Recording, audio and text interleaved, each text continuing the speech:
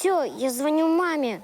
Да тут даже связи нет. Что за дикое место? Почему? Нет, мы тут вообще не проживем. Что там, скоро обед уже? Так, ребята, тихо! Для начала не будем делать поспешных выводов.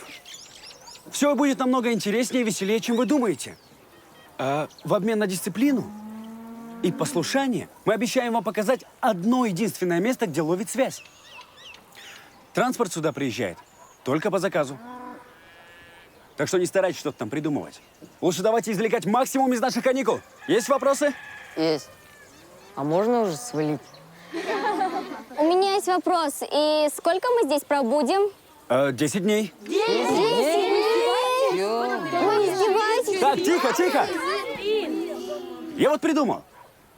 Кто первый добежит до дома? У дома самые лучшие комнаты. А?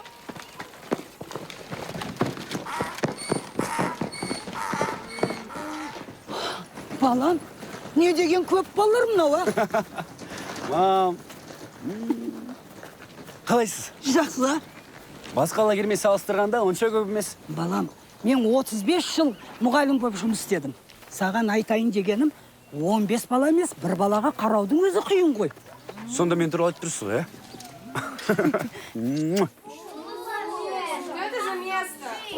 Пацаны, мы здесь спать будем, что ли? Ну, блин. Да нормально.